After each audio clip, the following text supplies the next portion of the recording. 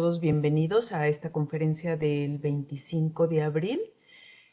Voy a darle la palabra a nuestra titular de la unidad de género del Senado de la República, la maestra Gretel Rodríguez, para que pueda darle la bienvenida a todas las personas que nos acompañan el día de hoy y, por supuesto, a nuestra ponente, la doctora Gamio. Adelante, maestra Gretel. Muchísimas gracias, Yolanda. Pues muy buenos días a todas y a todos. Es un verdadero honor para mí darles la más cordial bienvenida a esta conferencia virtual titulada Recepción y Atención de Casos de Mujeres con Discapacidad por parte del Comité sobre los Derechos de las Personas con Discapacidad de las Naciones Unidas. Agradecemos profundamente su interés y su presencia reflejan un claro compromiso con la promoción y protección de los derechos humanos de todas las personas y en particular de las mujeres con discapacidad. Hoy tenemos el privilegio de contar con una ponente de talla internacional cuya trayectoria ha dejado una huella imborrable en el avance de los derechos de las personas con discapacidad, la doctora Amalia Gamio Ríos. La doctora Amalia Gamio nació en la Ciudad de México, es médica egresada de la Universidad Autónoma de México y cuenta con una maestría en inclusión de personas con discapacidad por la Universidad de Salamanca en España. Su compromiso incansable en esta causa la ha llevado a presentar disertaciones en simposios de organizaciones de la sociedad civil, universidades nacionales e internacionales, espacios legislativos y gubernamentales, medios de comunicación y foros internacionales de alto nivel. En su vasta experiencia, ha liderado áreas especializadas en derechos de las personas con discapacidad en instituciones tan relevantes como el Instituto Mexicano del Seguro Social, la Comisión de Derechos Humanos de la Ciudad de México y el Consejo Nacional para Prevenir la Discriminación. Destaca de manera especial su participación desde 2002 en el Comité Ad Hoc que elaboró el texto de la Convención sobre los Derechos de las Personas con Discapacidad de Naciones Unidas y su posterior desempeño como experta independiente en organismos regionales e internacionales. Fue integrante del Comité Interamericano para la Eliminación de todas las formas de discriminación contra las personas con discapacidad en 2007 y más recientemente miembro del Comité sobre los Derechos de las Personas con Discapacidad de Naciones Unidas, donde ha desempeñado como relatora, vicepresidenta y actualmente continúa su labor en el periodo 2023-2026.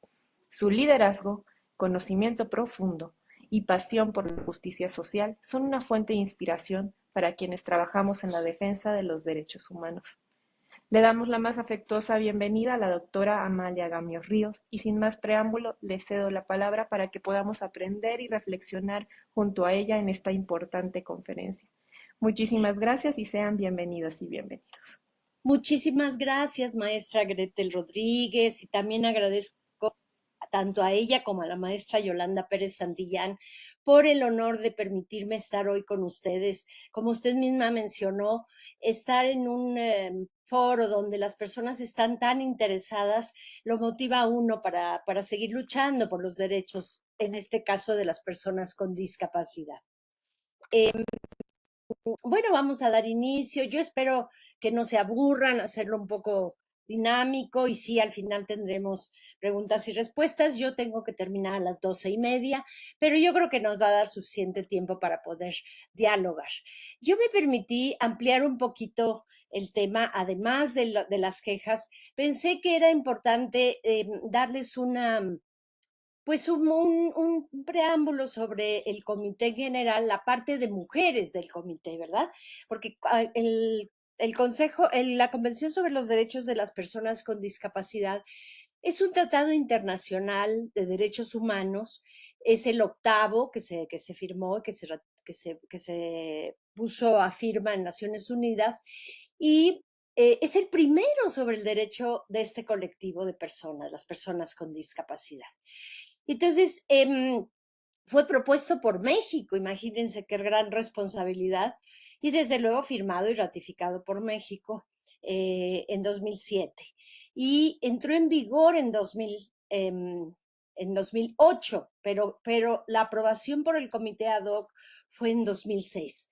De manera que el año que entra se cumplen 20 años de la aprobación de este importante tratado internacional único en su género. Muchos juristas han reconocido que es un hito en la legislación internacional por todo lo que contiene, sobre todo por el artículo 12, que es el igual reconocimiento como persona ante la ley y que hace un cambio total de toda la legislación a la que estábamos acostumbrados hasta ahora. Bueno, pues este tratado internacional, la Convención sobre los Derechos de las Personas con Discapacidad, tiene 33 artículos y un protocolo facultativo, del que vamos a hablar más extensamente en un momento.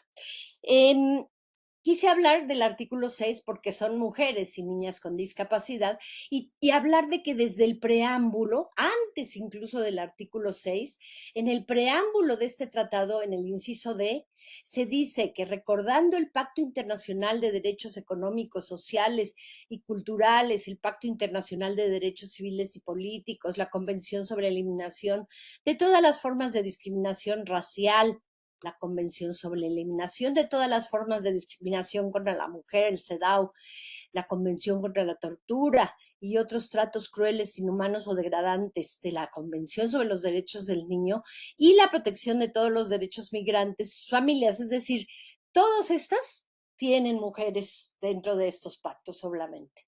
Y luego el inciso E nos dice, reconociendo que la discapacidad es un concepto que evoluciona, esto es muy importante, y que resulta de la interacción entre las personas con deficiencias y las barreras debidas a la actitud y al entorno que evitan su participación plena y efectiva en la sociedad en igualdad de condiciones con las demás.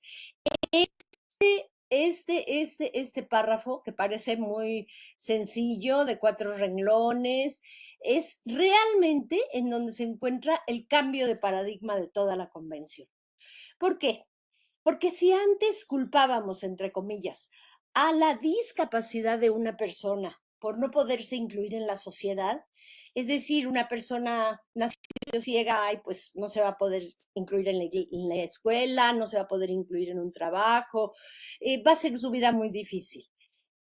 Es decir, decíamos que esa deficiencia, ya sea la ceguera, la sordera, lo que fuera una deficiencia, no iban a permitir que esa persona se incluyera en la sociedad. Aquí estamos volteando las cosas. ¿Qué es lo que impide la inclusión de las personas con discapacidad en la sociedad? Pues un entorno y unas barreras que evitan que esa participación sea plena y efectiva en la sociedad en igualdad de condiciones con las demás. Esta es una frase que vamos a encontrar en toda la convención, en igualdad de condiciones con los demás, en igualdad de condiciones con los demás. Entonces, este es el tan importante cambio de paradigma, porque ahora la responsabilidad es de todos nosotros, ¿verdad? De los legisladores que tienen que reformar las leyes para que sean armónicas a la convención, de la sociedad que tiene que informarse sobre los derechos de las personas con discapacidad, de los gobiernos que tienen que cumplir con la convención porque firmaron y ratificaron, y nadie obligó a los países a que firmaran y ratificaran esta convención. Así que, habiéndose hecho por motu propio, pues lo menos que se puede hacer es cumplirla, porque además es un tratado internacional vinculante, de manera que hay obligación de su cumplimiento. Entonces, a todo lo largo de la convención vamos a encontrar mujeres con discapacidad. El artículo 6, que es sobre mujeres y niñas con discapacidad, tiene también una observación general. Aquí les explico. Si los artículos son el qué de la convención, las observaciones generales son el cómo aplicar esos artículos. Y en este caso, la observación general número 3 para el artículo 6 sobre mujeres y niñas con discapacidad es la que nos explica detenidamente cómo se puede aplicar este artículo. Estas observaciones generales las realizamos en el comité.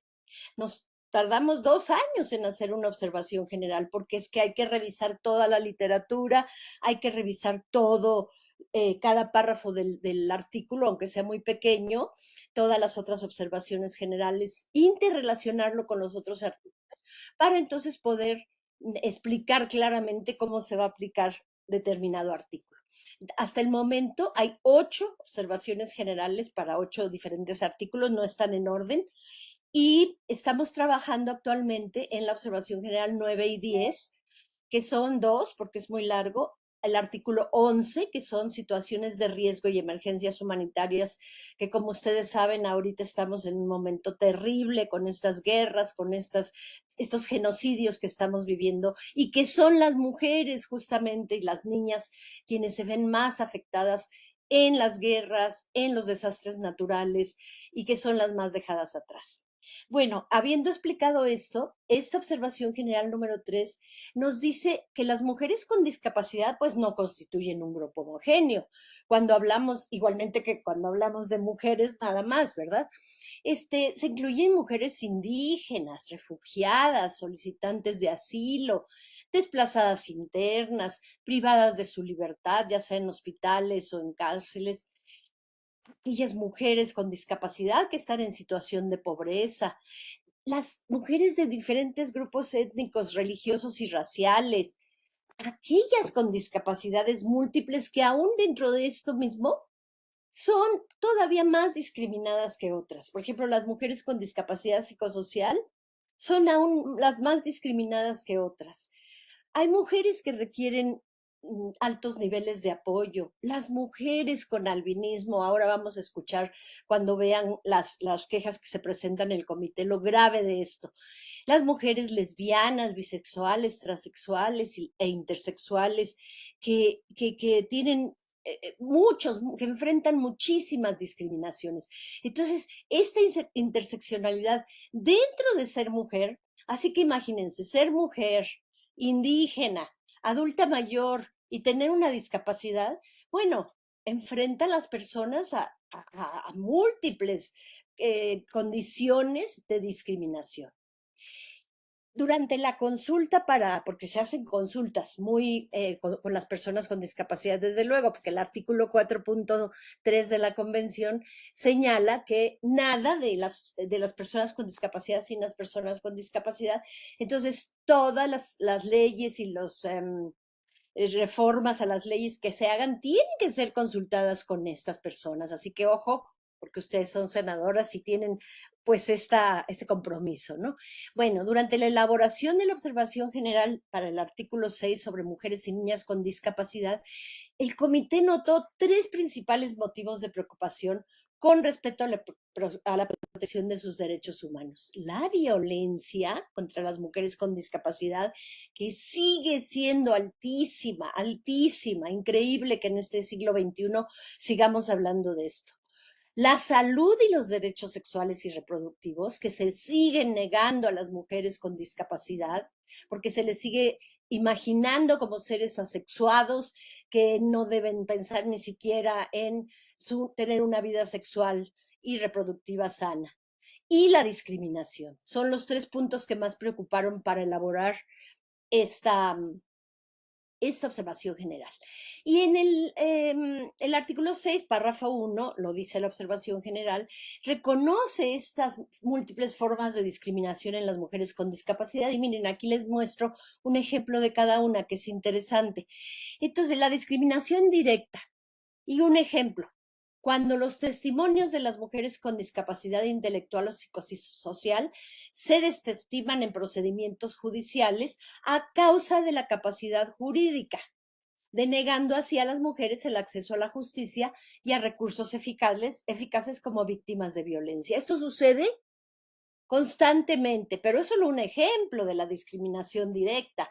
Hay muchísimas otras. Lo puse porque estamos en un medio en que se habla del acceso a la justicia. La discriminación indirecta. Por ejemplo, cuando los centros de atención de la salud, pues pueden parecer neutrales, ¿no? Están abiertos a todos, pero en realidad son discriminatorios cuando incluyen camillas que no son accesibles, ahí dice accesibles, pero son inaccesibles para los exámenes ginecológicos, por ejemplo. Entonces, esa es una discriminación indirecta, porque pues pueden decirse mucho que están abiertos a todo el a todas las personas, pero no pueden acceder a esto las mujeres con discapacidad. También hay discriminación por asociación. Por ejemplo, la madre de un niño con discapacidad puede ser discriminada por un posible empleador que teme que sea una trabajadora menos comprometida o que esté menos disponible a causa de que su hijo tiene una discapacidad. Esto claramente es una discriminación por asociación. La denegación de ajustes razonables, que también es una discriminación.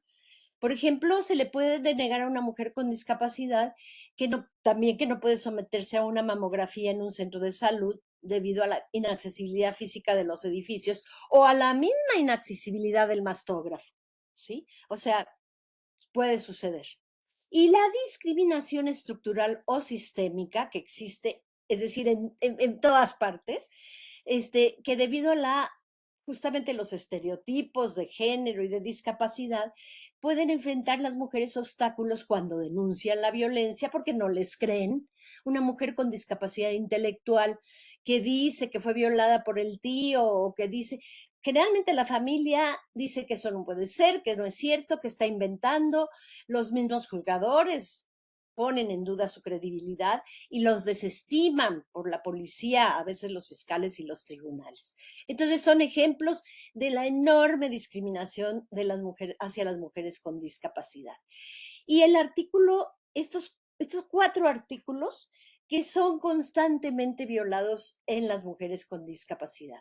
El artículo 14 nos habla de libertad y seguridad de la persona. ¿Cómo se viola este derecho en las mujeres con discapacidad constantemente? Bueno, este artículo prohíbe el internamiento sin consentimiento en instituciones psiquiátricas, lo cual es violado constante y permanentemente en todo el mundo, sobre todo en mujeres con discapacidad. Todas las personas con discapacidad intelectual o psicosocial enfrentan la violación a este artículo al ser internadas en una institución psiquiátrica sin su consentimiento. Pero es mayor, muy claramente, más alto la tasa en mujeres y niñas con discapacidad. Así que esto está violándose constantemente. El artículo 15, que nos habla de protección contra la tortura y otros tratos o penas crueles, inhumanos o degradantes. Yo creo que cualquiera que se le dijera, ¿tú crees que se viola el artículo 15 en las mujeres con discapacidad? La reacción inmediata sería de horror. Ay, no, ¿cómo? ¿Quién va a torturar y hacer tratos crueles, inhumanos o degradantes? Todos los días sucede esto en los hospitales psiquiátricos de todo el mundo. Les ponen coerciones, que dizque porque no los pueden controlar y los tienen que sujetar mayormente a las mujeres. Los tienen en condiciones insalubres. No les permiten privacidad. Las regaderas están abiertas a todo el mundo y es una falta de privacidad que atenta contra sus derechos. Y todavía peor, las esterilizan sin su consentimiento y hay violaciones sexuales en las mujeres y niñas con discapacidad en las instituciones. Todo esto que les estoy diciendo sucede en este momento en muchos lugares del mundo, no solamente en México, en Singapur, en Hungría, en Francia, un país que se supone que está desarrollado, está sucediendo el día de hoy. Y el artículo 16, protección contra la explotación, la violencia y el abuso, que sucede también en las instituciones, sucede en los hogares, cuando no permiten que las mujeres y niñas con discapacidad convivan en la comunidad, ni siquiera convivan con la familia, o las ponen a pedir limosna, salen, muchas veces vemos a niñas o niños con discapacidad en muchos países poniéndolos a mendigar, y por supuesto hay abuso y hay violencia económica, psicológica, de todo tipo. Y el artículo 17, que es protección de la integridad personal, y que bueno, este artículo, aunque ya había yo hablado de la esterilización forzada, habla específicamente de las esterilizaciones que no son consentidas por niñas y mujeres con discapacidad, que ya sea que la piden la familia, lamentablemente, porque no están sensibilizados en la importancia, por ejemplo, decíamos, de la información en salud sexual y reproductiva, que evitaría que las mujeres con discapacidad intelectual y psicosocial fueran violadas o ellas mismas no permitan que se toquen sus cuerpos sin su consentimiento. Entonces, ¿qué pasa durante los exámenes de los estados parte? Cuando se les pregunta sobre el artículo 6, mujeres y niñas con discapacidad, 14, 15, 16 y 17. No, pues nos dicen que que no pasa nada, que están protegidas, pero cuando nos llegan los informes sombra, que son los informes de las organizaciones de la sociedad civil, generalmente de mujeres y niñas con discapacidad, sabemos que no es cierto, que han acudido a las instituciones y han visto cómo se violan estos derechos. Tenemos documentos de Disability Rights International, de Human Rights de Human Watch Rights, de muchos organismos internacionales que nos confirman las violaciones. En Singapur están en jaulas las personas con discapacidad en algunas instituciones. Bueno, ahora vamos a entrar ya en las quejas que se presentan. Bien, decíamos, la convención consta de 33 artículos y, bueno, son 50 artículos, pero los 33 artículos se dirigen específicamente a la defensa de los derechos de las personas con discapacidad. Los otros se refieren a la firma, a la integración del comité, etc.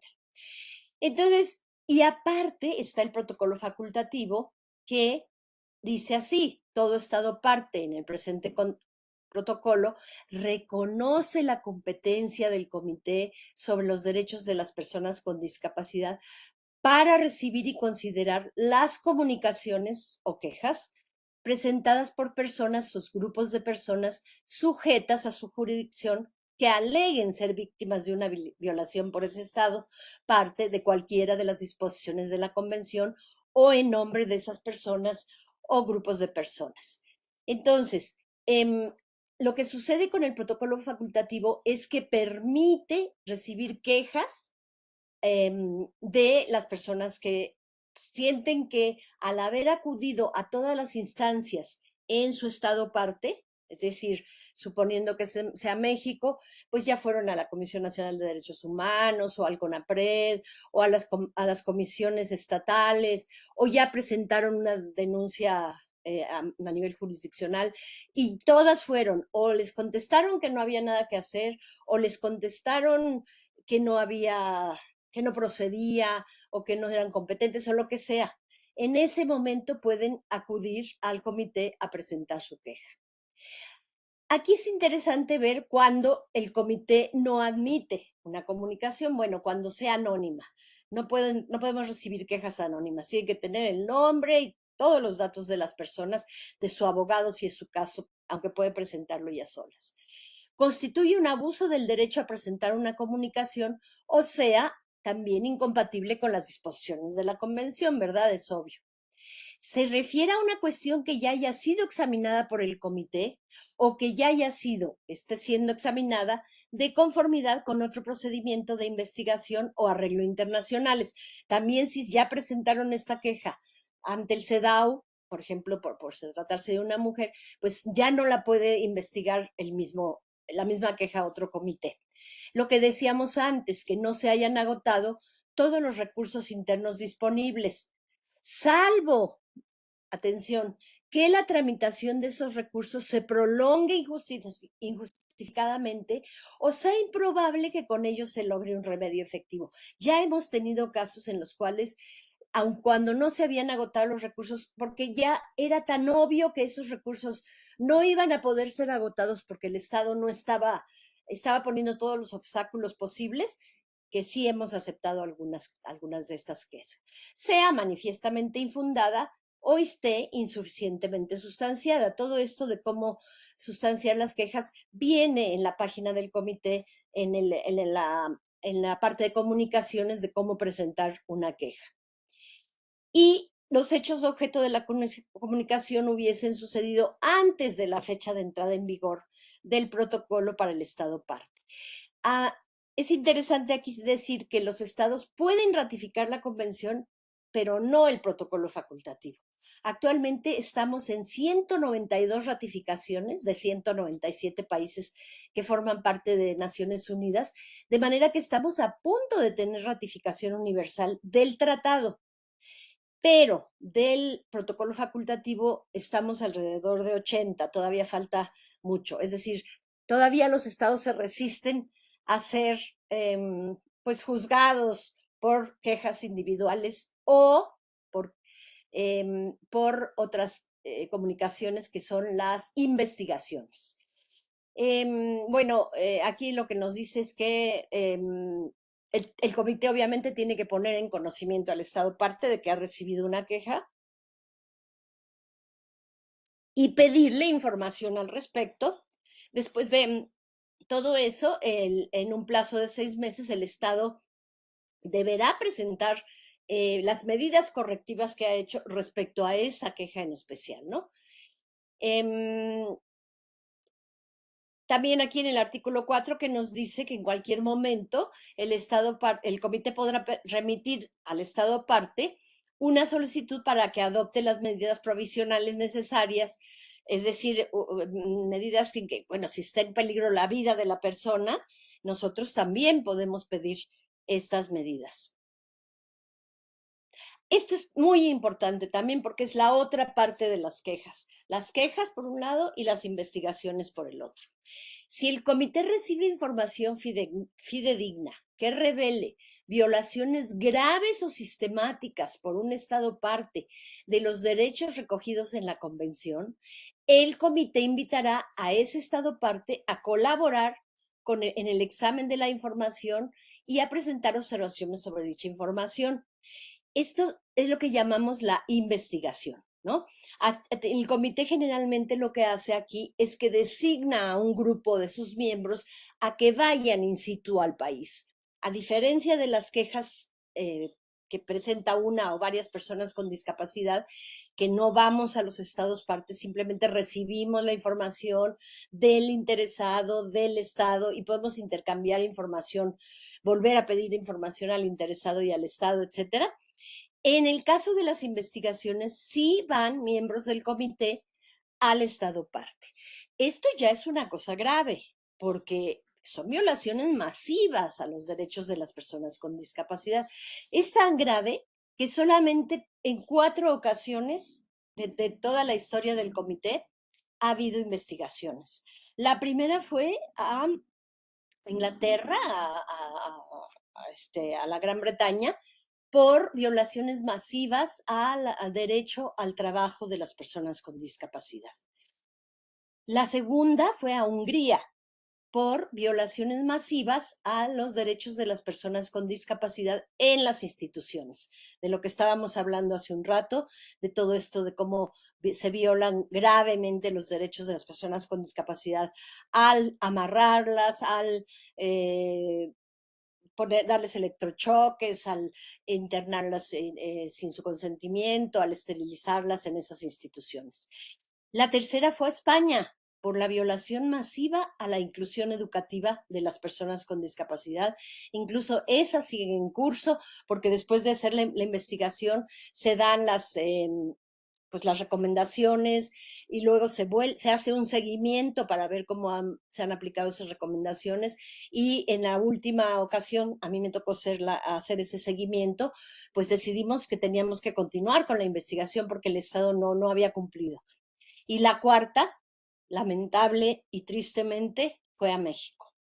En julio pasado acaba de venir un grupo de personas del comité. Yo obviamente no puedo participar ni en quejas ni en comunicaciones porque ningún miembro del Estado parte, que es miembro del comité, puede participar en esto porque aunque no estamos representando al Estado en el comité, de todas maneras, siendo oriundos del Estado, pues se tiene que guardar la independencia del comité para que no se le acuse de que está siendo juez y parte. Entonces, bueno, el natural del Estado no puede participar. Yo hice el seguimiento de España, o por supuesto la española no puede participar, y así sucesivamente.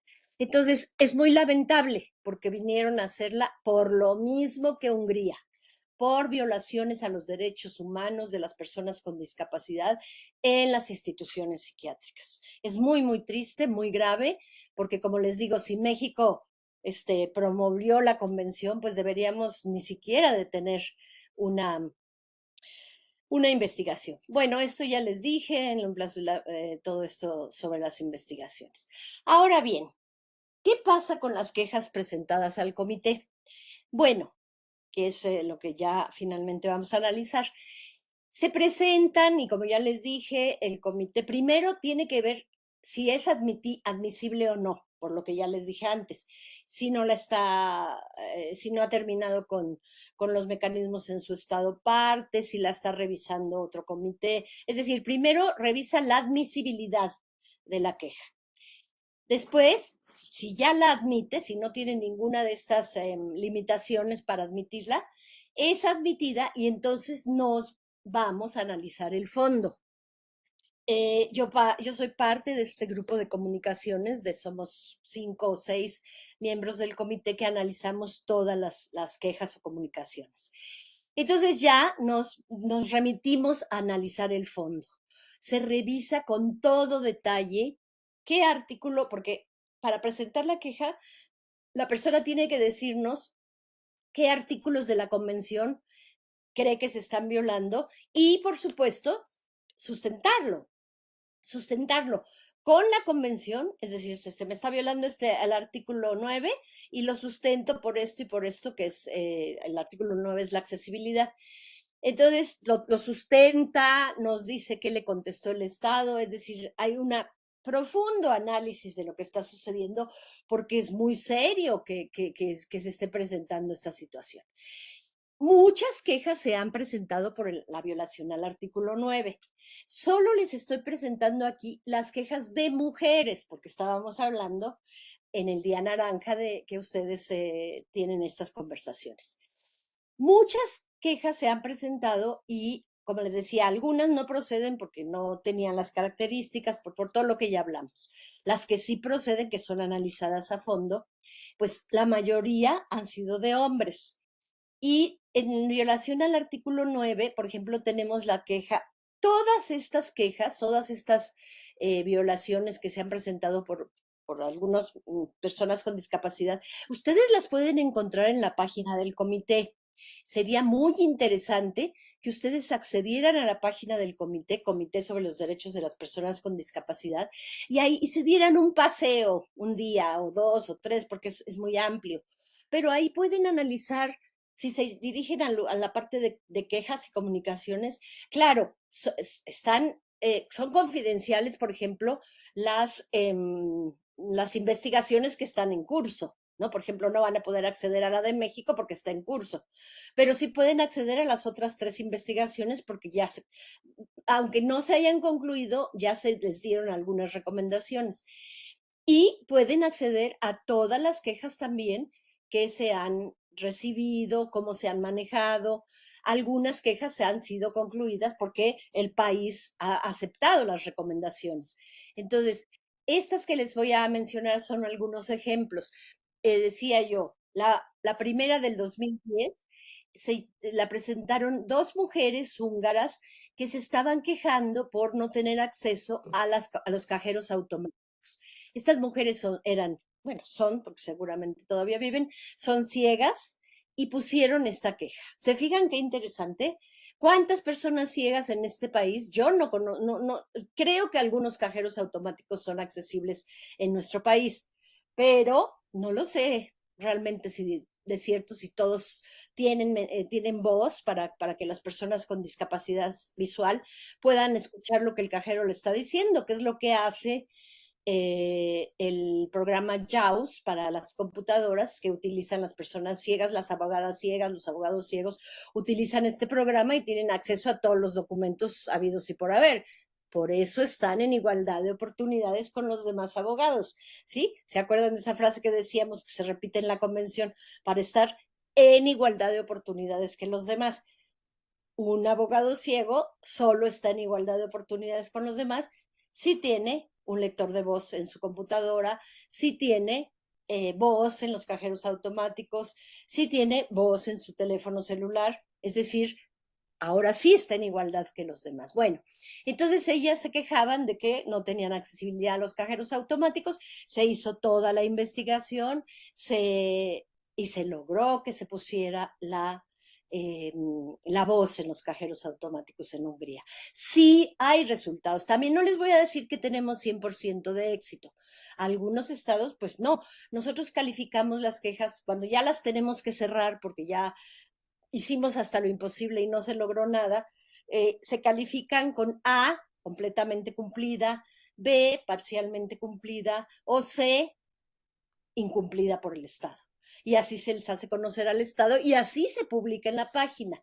Y créanme que estas quejas han sido muy útiles cuando yo he escuchado muchas conferencias de colegas a nivel internacional. Yo misma utilizo estas quejas cuando doy alguna conferencia y cito.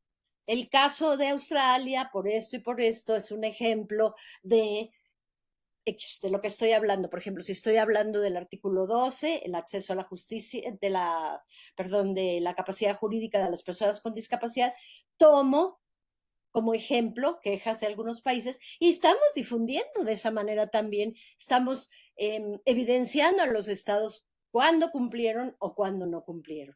Además, como digo, están en la página, son públicas, sería muy interesante que ustedes las vieran. Pero repito, estas son solo de mujeres. La 56-2018 también fue una violación al artículo 4 porque esta mujer se quejaba de que no tenía autodescripción en la televisión, que esto es muy importante también para las personas ciegas. Hay muchas, si ustedes tienen algún amigo ciego, se habrán dado cuenta que si le preguntan, ¿qué hiciste? Estuve viendo una película. Y uno dice, pero ¿cómo si no ve, no? No, pero hay muchas películas que tienen autodescripciones precisamente para las personas ciegas, en donde están hablando de lo que está pasando en la película. Es muy interesante, no es tan complicado de hacer.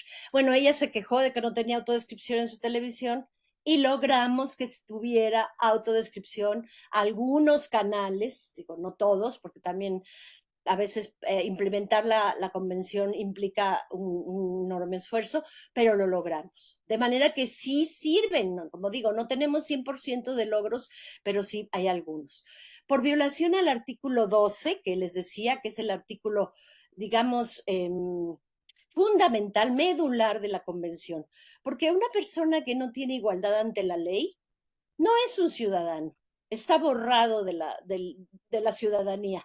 O sea, si un tutor tiene que decidir por él cualquier cosa, si no puede decidir nada por él mismo, que es lo que sucede con las personas bajo la figura de la tutela, está borrado de la sociedad, está totalmente borrado, no existe como ciudadano. Y eso es carencia de la capacidad jurídica, cosa que nos tenemos que felicitar porque en México, seguramente ustedes ya lo saben, se promulgó el nuevo Código de Procedimientos Civiles y Familiares que elimina la tutela en todas las personas con y sin discapacidad. Todos los estados de la República tienen que dar su manifestación de conocimiento de este nuevo código para que puedan, ya no es que haya diferentes códigos en diferentes estados, y esto no es como otras legislaciones que entran en vigor después que 17 estados, no, este va a entrar en vigor en 2027 en todo el país, hayan hecho su manifestación de conocimiento o no, va a entrar en vigor en 2027. Entonces, este nuevo Código de Procedimientos Civiles y Familiares ya está siendo comentado en todo el mundo, ya están diciendo, fíjense lo que hizo México, esto es seguir el artículo 12, es una maravilla. Desde luego tendríamos que tener otra sesión, con mucho gusto, si ustedes quieren la tenemos, solamente sobre el artículo 12, que es amplísimo porque no se trata de quitar la tutela a las personas con discapacidad y dejarlas ahí a la buena de Dios. No, el artículo 12 tiene su observación general número 1, que decíamos es el cómo aplicar el artículo, tiene salvaguardas, tiene ayudas, tiene todos los puntos para que las personas con discapacidad puedan ejercer su capacidad, su derecho a la justicia, su capacidad jurídica, puedan heredar bienes, puedan casarse, puedan tener una licencia, puedan votar. Es decir, ¿quién limita a estas personas con discapacidad? Ellas mismas. Es decir, si ella obviamente dice, no, yo no tengo la capacidad para manejar, pues no me considero apta para manejar, pero no somos nosotros los que decidimos qué persona puede o no puede hacer las cosas, porque eso es ser el gran hermano, ¿no? El decir, tú no puedes, porque yo, que sí lo puedo hacer todo, te limito a que hagas esto. No, eso no, quien decide qué puede o no puede hacer es la propia persona. Había una universidad en Puebla que estaba hace ya algunos años haciendo accesibles las carreras a las personas jóvenes con discapacidad. Y entonces nos dijeron, vamos a empezar por las que más se puede. Y entonces nosotros les decíamos, yo estaba en ese entonces en el Consejo Nacional para Prevenir la Discriminación, y yo les decía, a ver, díganme cuál no se podría según ustedes. Bueno, pues por ejemplo, ¿cómo podría una persona en silla de ruedas ser médico y operar? Ay, pues es muy fácil. Le bajan la mesa de operaciones hasta el nivel de su silla de ruedas y los asistentes se sientan y todo el mundo opera sentado. Pero no se les pasa por la cabeza, nada más es decir, ¿cómo no se puede? En lugar de cómo sí se puede. Entonces, automáticamente, no, bueno, eso no lo puede hacer una persona. Bueno, desde luego, como yo decía, una persona ciega no va a querer manejar. Se los aseguro que ella no va a pedir que le permitan manejar. Eso lo sabe ella y no va a decir que quiere manejar un automóvil. Entonces, hay cosas que son tan lógicas que las personas mismas lo saben, pero hay otras que no lo son, como este ejemplo que les pongo. O por cómo va a decidir por sí misma una persona con discapacidad intelectual. No puede. No, ella no puede, esa persona no puede. ¿Cómo sabes tú que no puede? Es que no se puede comunicar. Pues búscale una forma alternativa de comunicación para que veas si puede o no puede tomar decisiones por sí misma. Y después decide si puede o no puede. Pero ya que agotaste todas las posibilidades, le diste una tabla de comunicación, le diste tal vez una computadora en la que puede señalar con la boca o hay montones ¿cómo se llama?, de herramientas actualmente tecnológicas que ayudan a la comunicación de las personas que dicen, bueno, o que no pueden comunicarse por sí mismas. Entonces, no es que no se puede comunicar, ya investigaste a profundidad todas las posibilidades que tiene para comunicarse. No, bueno, pues cuando la investigues, entonces hablamos. Entonces, esto del no tener acceso a la capacidad jurídica se ha presentado en muchas ocasiones. Estas dos son de mujeres. La 44 de 2017 es de Austria. Ella se quejaba de que no, de una persona con discapacidad intelectual que tenía un tutor porque no tenía acceso a la capacidad jurídica y no tenía acceso a sus finanzas, como si es lógico, cualquier persona bajo tutela no tiene acceso a sus finanzas. Entonces, esta nos costó mucho trabajo porque todavía en los estados europeos, mucho más que en la región de América Latina, se resisten al acceso de las personas con discapacidad a la capacidad jurídica. Somos los países latinos los que estamos entendiendo mejor esto, mucho más. Hungría, Austria, Australia, Francia, Alemania, todos estos países que aparentemente son muy desarrollados, ¿cómo se resisten a eliminar la limitación a la capacidad jurídica de las personas? Logramos hacerlo, costó mucho trabajo, logramos que se le quitara a ella la limitación en la capacidad jurídica, pero no logramos que fuera algo general. Ahora les explico algo que va a ser muy interesante. Y hay otro que por ahí se me olvidó poner el número, discúlpenme, que no sé por qué no lo puse. Bueno, violación en el artículo 13. El artículo 13 es el acceso a la justicia, que también es negado a las personas con discapacidad porque los jueces, los magistrados no están capacitados en el trato a las personas con discapacidad y no conocen. Tenemos un documento muy interesante que se los voy a compartir, que lo emitió Naciones Unidas con nosotros, el comité, la relatora especial, que es las directrices para el acceso a la justicia de las personas con discapacidad.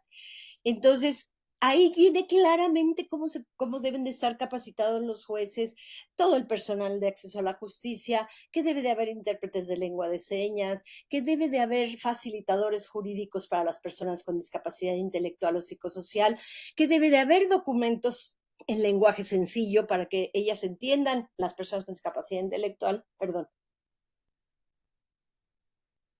exactamente a qué se están enfrentando si se enfrentan a un juicio, que no se debe automáticamente privar a una persona con discapacidad que cometió un delito de un juicio con el debido proceso. Automáticamente se piensa, no, esta persona como tiene discapacidad intelectual no entendió lo que estaba haciendo, no la vamos a someter a juicio y se va a un hospital psiquiátrico. Eso es negar el derecho al acceso a la justicia. Si cometió un crimen, si cometió un delito, tiene que enfrentar a la justicia, pero con ajustes razonables, con el debido proceso ajustado, ajustes de procedimiento, con los documentos que esta persona entienda claramente porque sean en lectura fácil, con asistencia jurídica, con muchas cosas que vienen en este documento que les voy a compartir y que si quieren, como les decía, después hacemos una plática sobre el artículo 12 y el 13. Este caso es muy interesante porque es de Lituania. Era una pareja que tuvo un accidente automovilístico, la señora quedó gravemente lesionada, tuvo tuvo diversas lesiones, tuvo que ser usuaria de silla de ruedas más adelante y no se le había dado la compensación adecuada a esta mujer. El esposo estuvo luchando durante muchos años hasta que presentó su queja con nosotros y logramos. Aquí es interesante comentarles qué pasa qué sucede cuando una queja es aceptada por el comité, es revisada, procede y enviamos recomendaciones al Estado parte. Lo primero que se pide es que se le haga una disculpa pública a la persona que tuvo por eso no pueden ser anónimas, tiene que ser con nombre y apellido, etcétera. Después se obliga al Estado parte a que le compense todas las finanzas, todo lo económicamente, todo lo que esa persona gastó durante los 4 o 5 años o el tiempo que haya pasado durante que estuvo peleando por su caso, tanto a nivel del Estado como a nivel de nosotros. Mucha gente paga abogados, etcétera. En tercer lugar, se pide que se reforme aquella ley que impedía que se cumpliera con lo que esta persona pedía, esa ley que ponía las barreras para el acceso a la justicia, en este caso de la persona. Por eso es tan interesante, porque no se soluciona, como en el caso de Austria, que solo logramos que se le quitara la limitación a la capacidad jurídica a la persona. Ellos no hicieron los cambios a la ley, por eso se le calificó con B, por ser parcialmente cumplida, pero la idea es que realmente se cambie la legislación y ahora vamos a seguir viendo que en la mayoría de los casos sí se cambió. Violación al artículo 14, ¿se acuerdan que habíamos hablado del artículo 14, que es la libertad y seguridad de la persona? Cuando se prohíbe la institucionalización forzada de las personas con discapacidad. Este caso de Australia, el 16/2003, fue igual de una institucionalización involuntaria. Al final, después de la lucha que se hizo, se le dio alojamiento en la comunidad, que es lo que pide el artículo 19, que va en conjunto con el artículo 14, porque el artículo 19 es el derecho a vivir en forma independiente en la comunidad. Entonces, si una persona está institucionalizada, tampoco tiene acceso al 19, ¿no?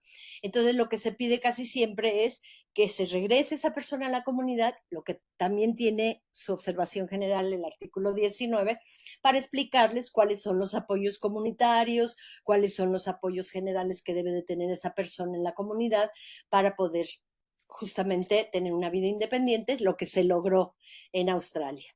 También se logró que se revisara la legislación todavía a pesar de que esto fue en 2013, todavía está en revisión, pero seguimos insistiendo en que cómo va esa legislación, como si ya se cambió parcialmente, pero no del todo, pero seguimos, ¿no?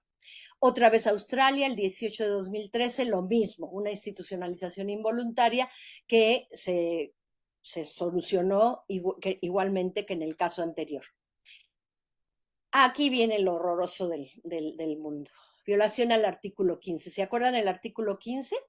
Que eran los malos tratos y la tortura, etcétera. El 22-2014 de Tanzania, un caso horrible. Una mujer joven de 35 años con un niño de 2, embarazada. En estos países se piensa que las personas albinas tienen cosas mágicas y que tienen este pensamiento de que son amuletos. Les amputan miembros a las personas albinas porque son amuletos. Este horror que les estoy contando sucede el día de hoy en muchos países de África y no hemos podido todavía erradicar esta situación tan terrible.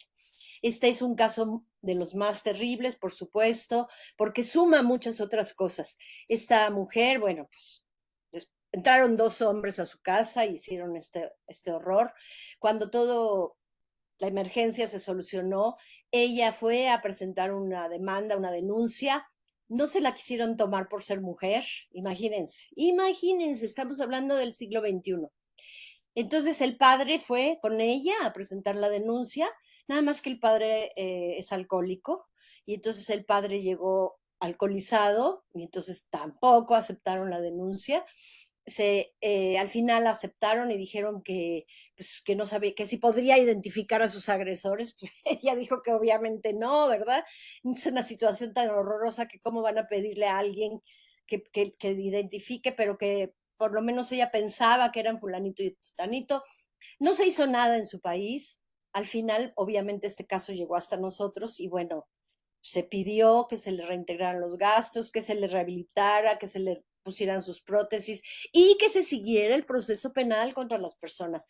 Este caso todavía lo seguimos, a pesar de que fue hace más de 10 años. Seguimos viendo cómo va el seguimiento, qué está pasando con ella, cómo ha evolucionado y qué pasa con la justicia que no ha llegado porque dicen que no los encuentran, que no saben, que ya se fueron del país, en fin, un caso terrible. Pero que obviamente sirve para decirles que ellos tienen que tener mucha mayor, lo mismo se dice durante las recomendaciones que se les hacen cuando los estados parte se examinan con nosotros. Eso sucede cada 4 años.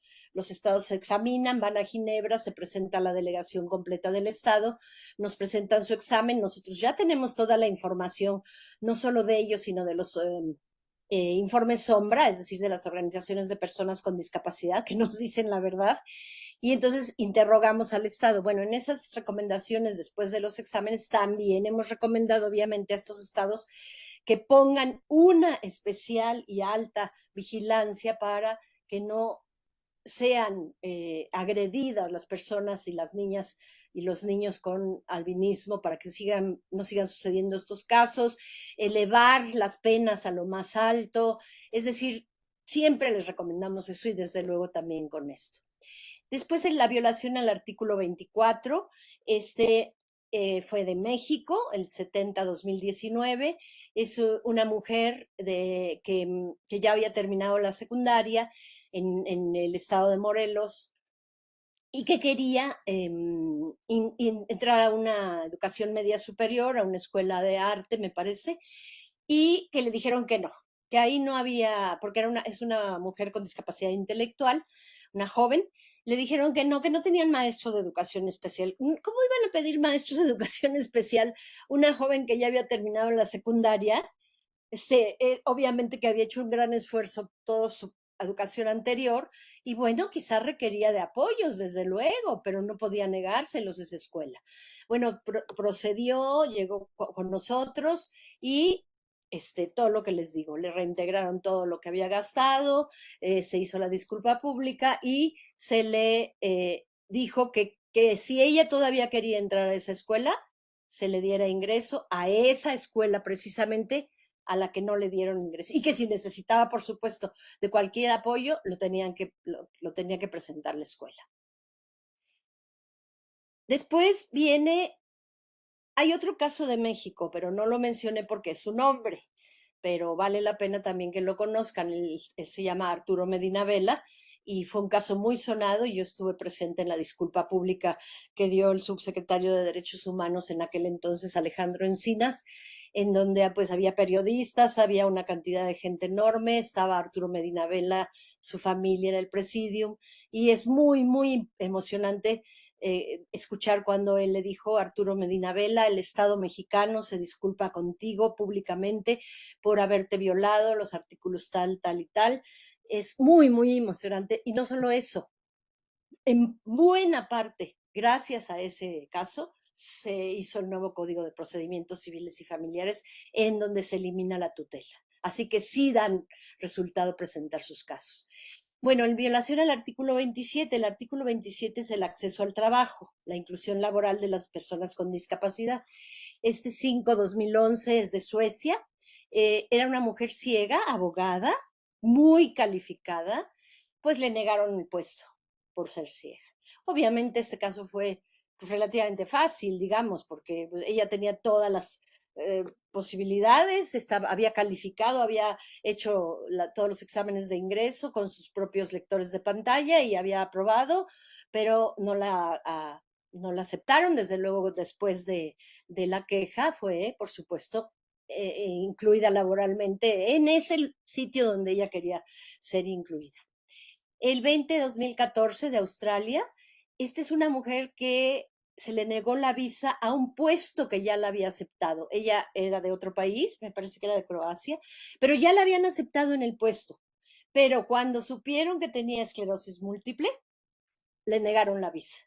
O sea, una franca discriminación, ¿verdad? Porque pues el Estado de Australia dijo: no, ¿cómo vamos a tener a esta mujer aquí? Después, cuando nos venga a reclamar cosas de su enfermedad, pues vamos a tener un gasto por ella. No. En fin, se procedió y se logró que se le diera la visa y se le diera el trabajo que ya le habían dado anteriormente. Y digamos, el último es la violación del artículo 28, que es muy interesante, fue relativamente reciente, 21 de 2008, es de Italia. Es una madre sin discapacidad, pero que tenía una hija con discapacidad, casada con otra persona con discapacidad. Entonces, ella alegaba que ya no, que estaba recibiendo, sí, la pensión por parte del Estado italiano para su hija y para su yerno, pero que ella ya no podía trabajar porque ella era la asistente de ellos.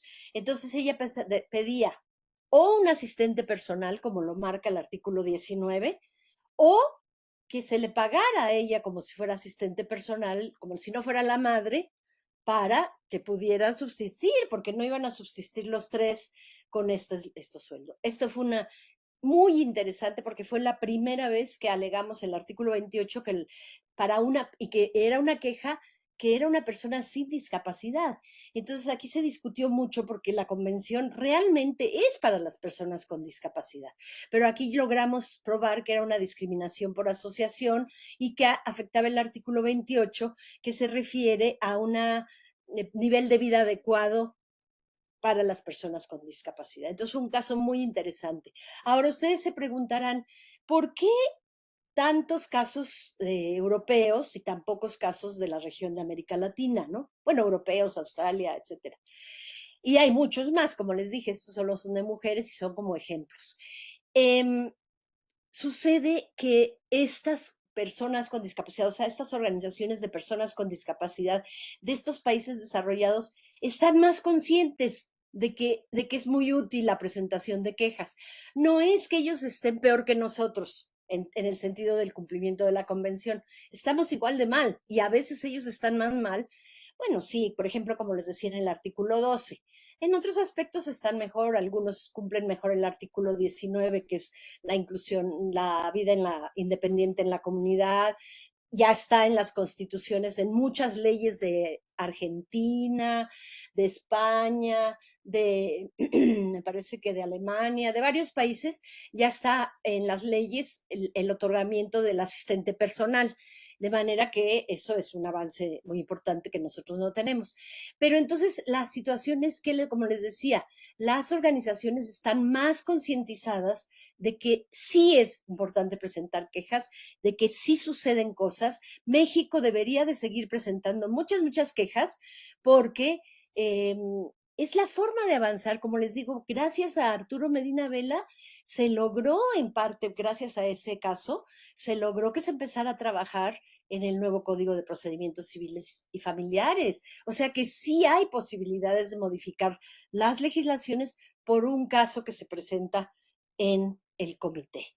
Entonces, con esto yo termino, es un breve ejemplo de lo que sucede en nuestro comité, pero como les decía, si ustedes están interesados, yo estoy en la mejor disposición de que si quieren analicemos a profundidad otra vez, otro día el artículo 12 y el 13, que además de todo puede caber en este día naranja, porque generalmente las mujeres son las que más se enfrentan a este tipo de violaciones de los artículos 12 y 13.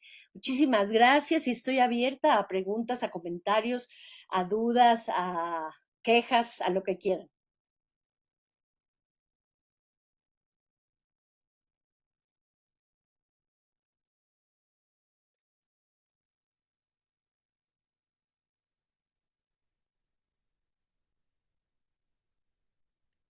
No veo ninguna mano levantada. Nadie tiene comentarios.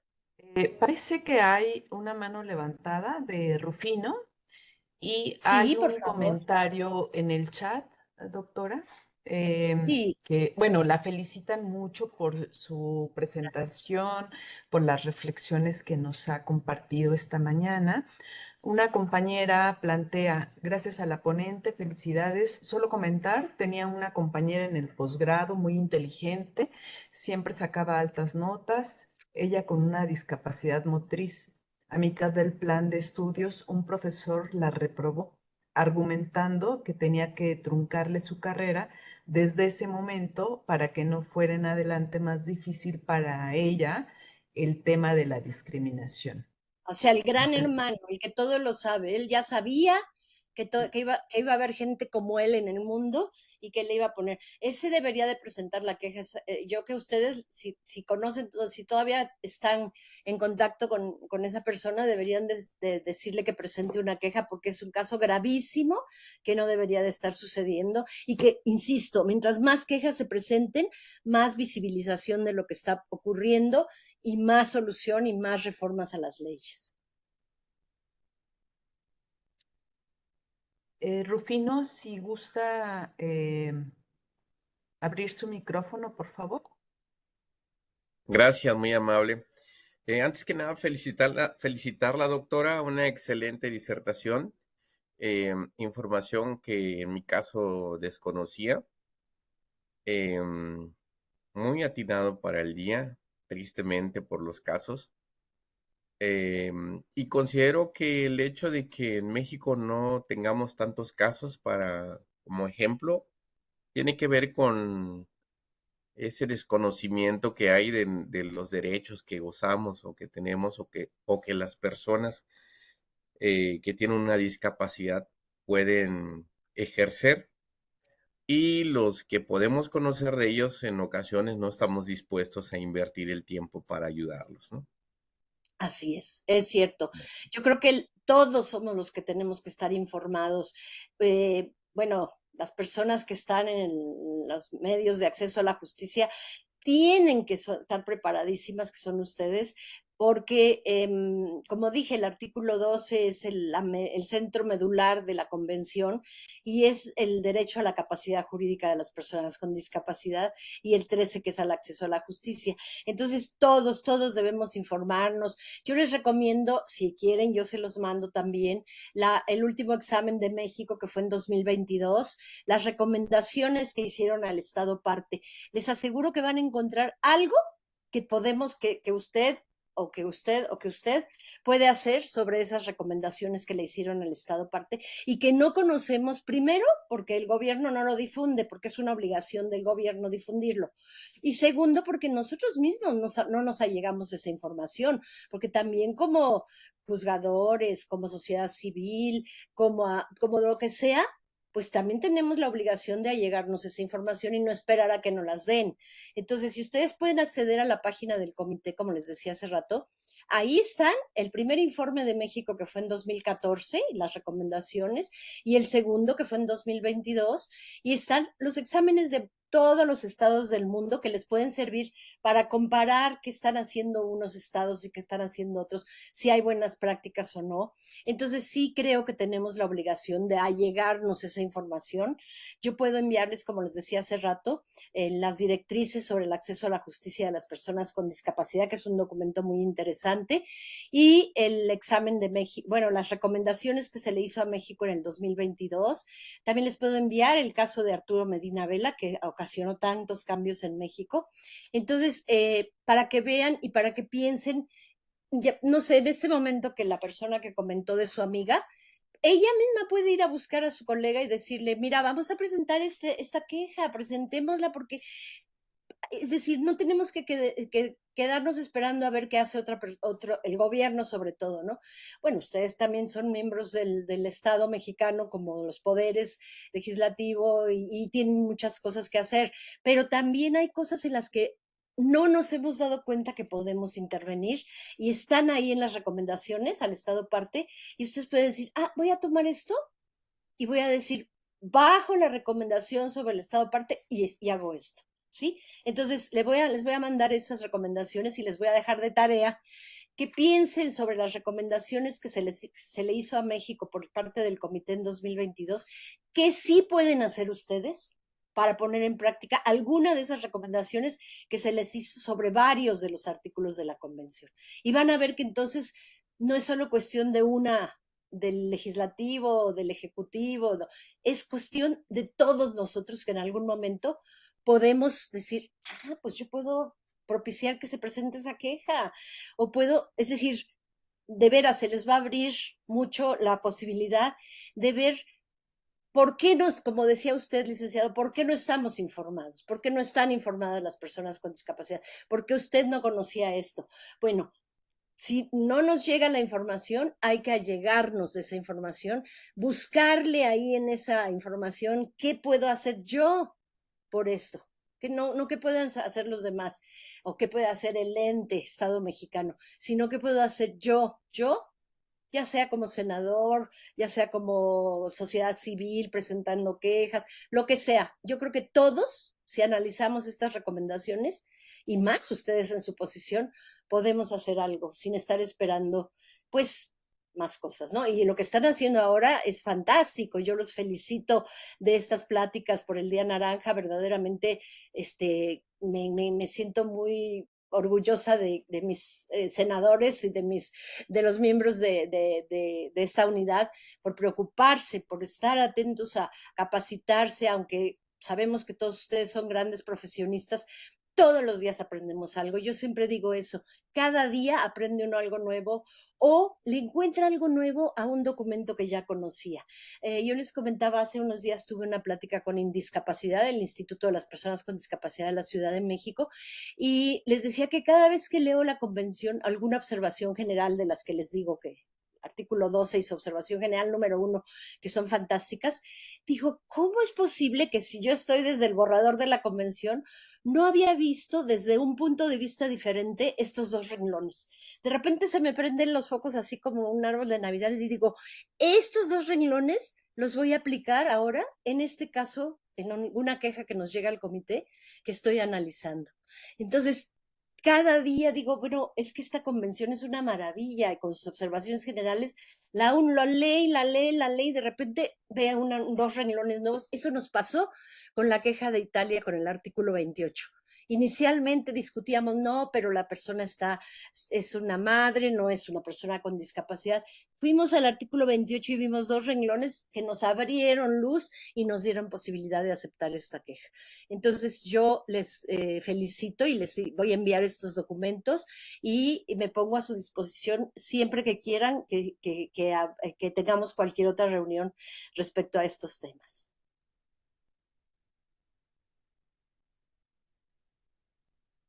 Pues muchísimas gracias. Es realmente un honor haber contado con su participación. Ha sido un privilegio. Hemos aprendido muchísimo, doctora. Le agradecemos infinitamente su generosidad, claridad y sobre todo su profundo compromiso. Créame que nos ha dejado aprendizajes valiosos y sobre todo ha sido una inspiración renovada para que continuemos fortaleciendo los derechos de las mujeres con discapacidad. Y bueno, a lo largo de esta conferencia hemos podido reflexionar sobre la importancia de contar con mecanismos eficaces, accesibles y con perspectiva de género para la recepción y atención de casos, así como la urgente necesidad de transformar nuestras instituciones y políticas públicas desde un enfoque verdaderamente inclusivo y de derechos humanos. Nos queda claro que no basta con garantizar los derechos en papel, sino que es indispensable que se traduzcan en realidades tangibles, particularmente para aquellas mujeres que enfrentan múltiples formas de discriminación. Y como bien nos ha recordado la doctora Gamio, solo podemos lograrlo si escuchamos directamente a las mujeres con discapacidad y las colocamos en el centro de nuestras acciones y asumimos nuestra responsabilidad con sensibilidad, profesionalismo y compromiso. Le agradecemos profundamente a la doctora Amalia Gamio Ríos por compartir con nosotras y sobre todo por toda la afluencia también que tuvimos. La verdad es que todo el mundo está muy agradecido con la gran ponencia que realizó. Fueron más de 227 personas las que estuvieron conectadas, escuchándolas desde varios rincones de México.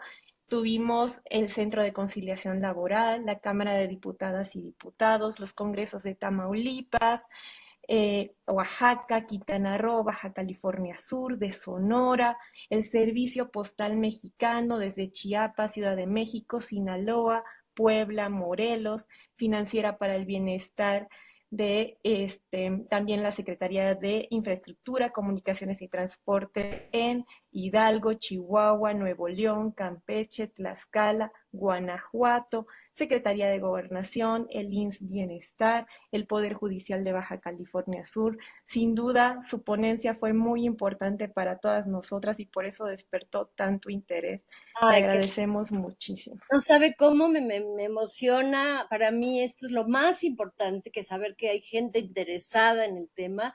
Además que seguramente, como usted dice, se habrán dado cuenta que cuando hablamos de discapacidad y pensamos que son solo rampas, ya ven ese ejemplo terrible de la mujer con albinismo en Tanzania, y así hay muchas otras cosas que ni siquiera nos imaginamos que están pasando hoy en el mundo. Así que yo les agradezco muchísimo, de verdad. Le voy a enviar a la maestra Yolanda los documentos que prometí y estoy a su disposición. Siempre que lo requieran, pueden contar conmigo.